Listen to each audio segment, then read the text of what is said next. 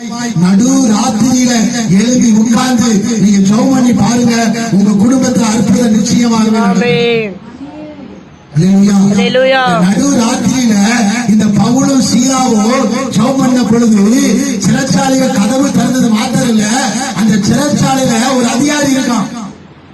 இவங்க ரெண்டு பேரும் தப்பித்து போய்விடக் கூடாதுன்னு சொல்லி ஒரு அதிகாரி இருக்கான். அந்த அதிகாரி குடும்பமே செஞ்சுதான் ரட்சிக்கப்பட்டுச்சு. குடும்பமே ரட்சிக்கப்பட்டது, குடும்பமே விடுதலையாக்கப்பட்டது, குடும்பமே சமாதானத்துக்குள்ள போயிட்டு. காரணம் என்னவென்றால் அந்த நடு ராத்திரியிலே பவுலும் சீலாவும் ஜெபம் பண்ணதுனால அந்த குடும்பம் ரட்சிக்கப்பட்டது. இன்னைக்கு உங்க குடும்பம் ரட்சிக்கப்படுமா? நடுராத்திரி உட்கார்ந்து ஜெபம் பண்ணுங்க. நம்ம என்ன பண்றோம்? நடுராத்திரி நல்லா தூங்குறோம். குடும்பத்துல மூத்த பையனுக்கு பிரச்சனை இருக்கு, இளைய பையனுக்கு பிரச்சனை இருக்கு, இளைய பொண்ணுக்கு பிரச்சனை இருக்கு, மூத்த பொண்ணுக்கு பிரச்சனை இருக்கு என்றெல்லாம் நம்ம பேசுறோம். உட்காந்து ஜெபம் பண்றாம உட்காந்து, அது நடுராத்திரியில உட்காந்து ஜெபம் பண்ணி பாருங்க. அது விசேஷமான ஜெபம். அப்படி நடுராத்திரியில உட்காந்து ஜெபம் பண்ணி ஒரு குறிப்பிட்ட நாள் ஜெபம் பண்ணி பாருங்க, நிச்சயமா அற்புதம் நடக்கும்.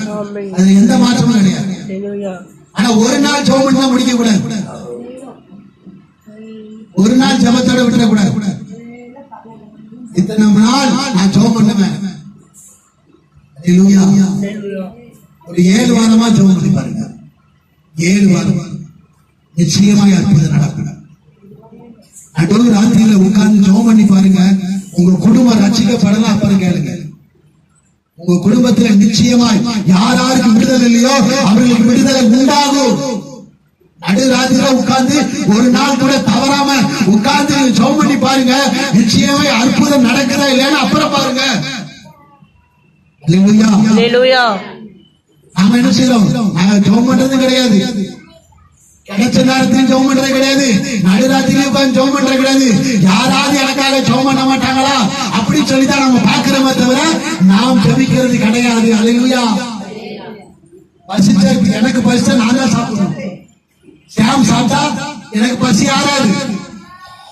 நீங்க தான் உங்க குடும்பத்துக்காக ஜெபம் பண்ணணும், உங்க பிள்ளைங்களுக்காக நீங்க தான் ஜெபம் பண்ணணும்.